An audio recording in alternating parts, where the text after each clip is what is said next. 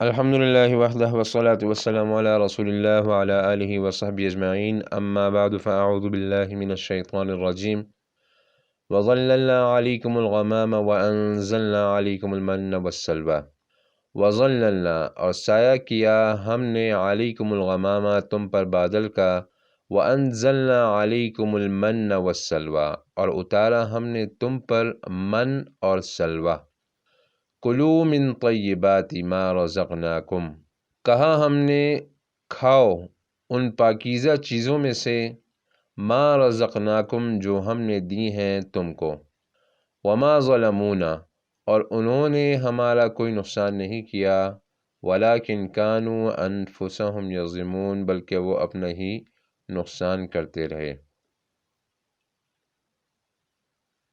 اس آیت میں اللہ تعالیٰ کی طرف سے بنی اسرائیل پر 7ویں نعمت کا ذکر ہے۔ وہ 7ویں نعمت کیا ہے؟ بے تکلیف یعنی بغیر کسی تکلیف کے اللہ تعالیٰ نے انہیں رہائش بھی دی اور ان کی خوراک کا انتظام بھی کیا۔ اس کا خلاصہ یہ ہے کہ بنی اسرائیل نے جب موسیٰ علیہ السلام کی اتباع میں ہجرت کی اور شام اور مصر کے درمیان جو میدان طی ہے اس میں آ گئے تو ان کے پاس نہ سر چھپانے کی جگہ تھی اور نہ خوراک کا انتظام تھا، تو اللہ تعالیٰ نے انہیں دھوپ سے بچانے کے لیے ان پر ہلکے ہلکے بادلوں کا سایہ کر دیا اور ان کے خوراک کے لیے من و سلویٰ کو پیدا کر دیا۔ اس کی تفصیل آگے آئے گی۔ پچھلی آیت سے اس کا مطلب یہ ہے کہ اس میں زندگی کی نعمت کا ذکر تھا، اور اس آیت میں ان نعمتوں کا ذکر ہے کہ جو زندگی کی بقا کے لیے ضروری ہے، یعنی زندگی گزارنے کے لیے ضروری ہے، اس کے بغیر انسان کی زندگی نہیں گزرتی، تو اس میں ان کا ذکر ہے۔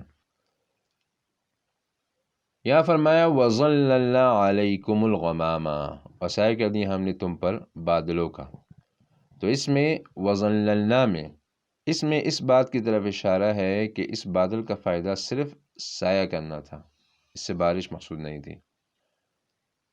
الغمامہ، غمام کہتے ہیں بادل کو، لیکن سفید بادل کہ جو ہلکے بادل ہوتے ہیں۔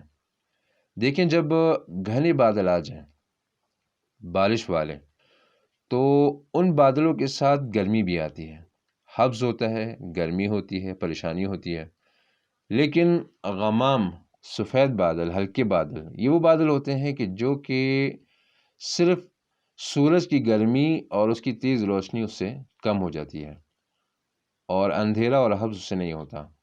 تو یہ ایک نعمت تھی کہ سورج کی گرمی سے ان کو اللہ تعالیٰ نے اس کے ذریعے بچایا۔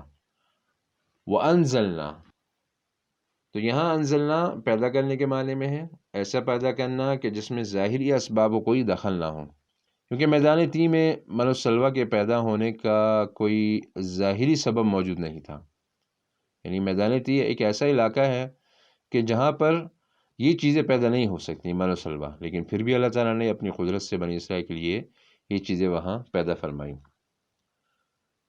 المن والسلویٰ، من و سلویٰ کسے کہتے ہیں؟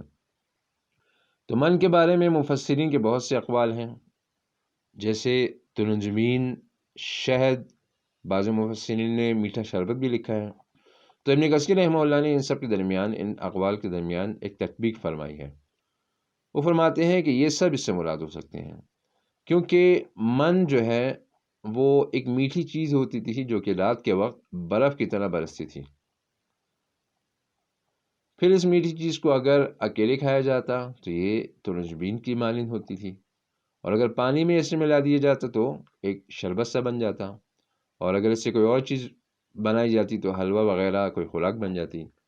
تو یہ سب اس سے مراد ہو سکتے ہیں۔ اصل میں رات کے وقت برف کی طرح یہ برستی تھی۔ البتہ ان سب چیزوں میں جتنے بھی اقوال ہیں، ان میں سب میں ایک خصوصیت مشترک ہے کہ یہ اللہ تعالیٰ کی طرف سے احساناً بغیر کسی مشقت و تکلیف کے انہیں دی جاتی تھی۔ والسلویٰ، سلویٰ کسے کہتے ہیں؟ تو سلویٰ یہ ایک پرندہ تھا جو کہ بٹیر کی مانند ہوتا تھا۔ میدان طی میں اس کا پیدا ہونا بالکل خلاف عادت ہے، یعنی ایسا پرندہ میدان طی میں نہیں ہوتا، لیکن اللہ تعالیٰ نے بنی اسرائیل کے لیے اپنی قدرت سے ایک نعمت کے طور پہ اس پرندے کو پیدا کیا، اور پھر اللہ تعالیٰ نے ان کے لیے اسے پکڑنا بھی آسان کر دیا تھا۔ انہیں جتنی ضرورت ہوتی تھی اسے پکڑتے تھے اور کھاتے تھے بغیر کسی مشقت کے۔ تو یہ ایک نعمت تھی اللہ تعالیٰ کی طرف سے۔ کلوا من طیبات ما رزقناکم، تو یہ کلوا من طیبات سے پہلے قلنا محذوف ہے، یعنی اللہ تعالیٰ فرماتے ہیں کہ ہم نے ان سے کہا کہ کھاؤ اس پاکیزہ رزق میں سے جو ہم نے تمہیں دیا ہے۔ پھر طیبات، طیب کسے کہتے ہیں؟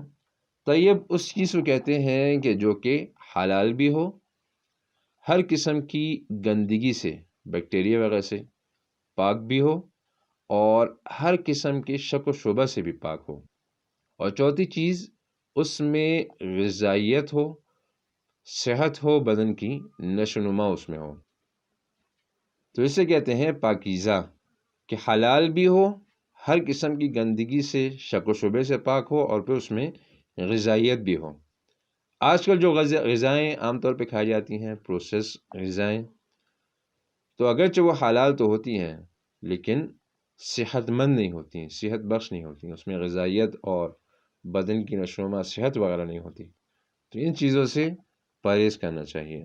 وَمَا ظَلَمُونَا وَلَٰكِن كَانُوا أَنفُسَهُمْ يَظْلِمُونَ، اور انہوں نے ہمارا کوئی نقصان نہیں کیا بلکہ وہ لوگ اپنا ہی نقصان کرتے رہے۔ اس سے پہلے لفظ وَلَا تَطْغَوْا فِيهِ معذوف ہے، یعنی اللہ تعالیٰ نے انہیں فرمایا کہ تم پاکیزہ چیزیں کھاؤ اور اس میں سرکشی نہ کرو، نافرمانی نہ کرو اللہ تعالیٰ کی، لیکن انہوں نے اس میں نافرمانی کی، سرکشی کی، تو پھر اس کے بعد اللہ تعالیٰ نے فرمایا کہ اس کی وجہ سے انہوں نے اپنے ہی نقصان کیا، ہمارا کوئی نقصان نہیں کیا۔ تو انہوں نے اس میں کیا سرکشی کی؟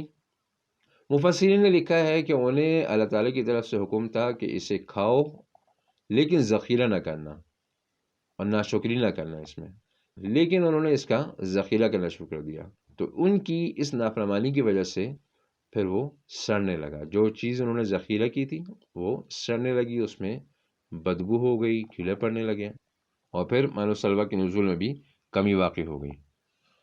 تو یہ مطلب ہے وَمَا ظَلَمُونَا وَلَٰكِن كَانُوا أَنفُسَهُمْ يَظْلِمُونَ، کہ انہوں نے اپنی اس نافرمانی کی وجہ سے اللہ تعالیٰ اور رسول کا کوئی نقصان نہیں کیا بلکہ اپنے ہی نقصان کیا۔ اور پھر یہاں پہ فرمایا كَانُوا أَنفُسَهُمْ يَظْلِمُونَ، یہاں پہ استمرار کا صیغہ استعمال کیا ہے، تو کانوں میں اس بات کی طرف اشارہ ہے، ان کی عادت کی طرف اشارہ ہے کہ ان کا یہ پہلا ظلم و نافرمانی نہیں تھی بلکہ وہ ہمیشہ ہی ایسا کرتے تھے، ان کی عادت تھی نافرمانی کرنے کی۔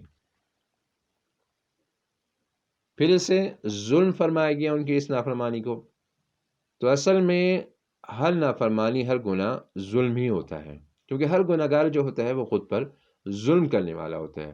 وہ کس طرح کہ ایک تو وہ اپنے آپ کو ثواب سے اور جنت سے محروم کر دیتا ہے، اور دوسرا جہنم کا مستحق بن جاتا ہے، تو خود اپنے اوپر ظلم کرنے والا ہوتا ہے گناہ گار، تو اس لیے ان کی اس نافرمانی کو بھی یہاں پہ ظلم فرمایا۔